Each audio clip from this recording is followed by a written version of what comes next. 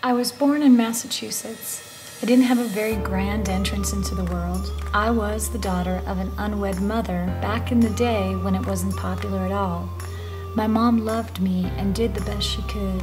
She met my father, and I grew up always thinking, of course, that he was mine and I was his. He was a broken man. My years were spent with verbal abuse, being told I'd never go anywhere in life, never do anything, and that my sole purpose was to care for my 3 younger brothers, and if I was lucky, I'd have 12 children of my own, but never the means to care for him. That's what he used to tell me.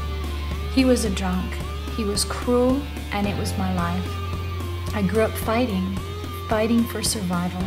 I never understood why he didn't love me, although I kept trying. And one day as a young teenager in a drunken rage, he called me a nasty name and then said, "Get her out, she's not my daughter anyway." And that was the day that I found out he was not my biological father. With more questions than I had answers, yet feeling slightly relieved, life went on. Later, I did decide to pursue my biological father, but he also wanted nothing to do with me. It was crushing, but I did the best I could to forget it all and just move on. I decided to go to college, but shortly after I was there, well, I quit. Because after all, I wanted to be a rock star. Maybe I couldn't get my father's love, but as a singer, the audience loved me. I traveled all over the world and I became very successful. My goal was always to get a record deal. No matter how hard I tried, there was something seemed to be missing deep in my soul. I just felt empty. And then one day, in a Kenneth Copeland meeting in California, I cried out from my spirit. In my heart, I never said it out loud, but I kept asking God, "Lord, what do you want me to do? What do you want me to do?" I sat down after praying. A man immediately came through the crowd of over 10,000 people, up my aisle, down about 10 chairs, and handed me a handwritten note.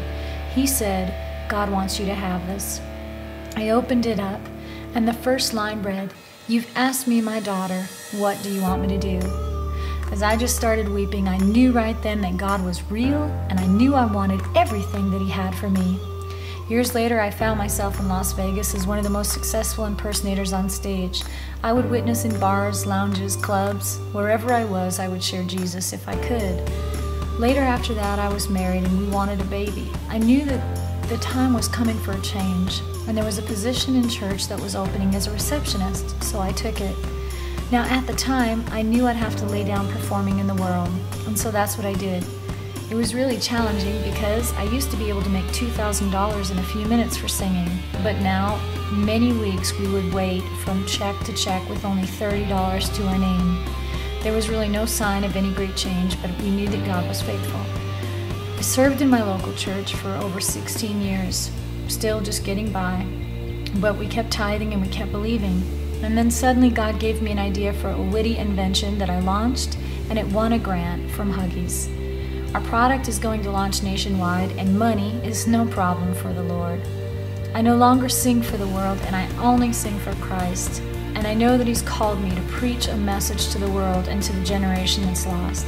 And my message to the world is that if God can use this broken girl who was rejected not only by 1, but 2 fathers, who had a background as a rock singer, who had confusion, anxiety, anger, and frustration all throughout her life, then there is no limit to His love and mercy. I intend to tell everyone I meet how much He loves them and how great He is.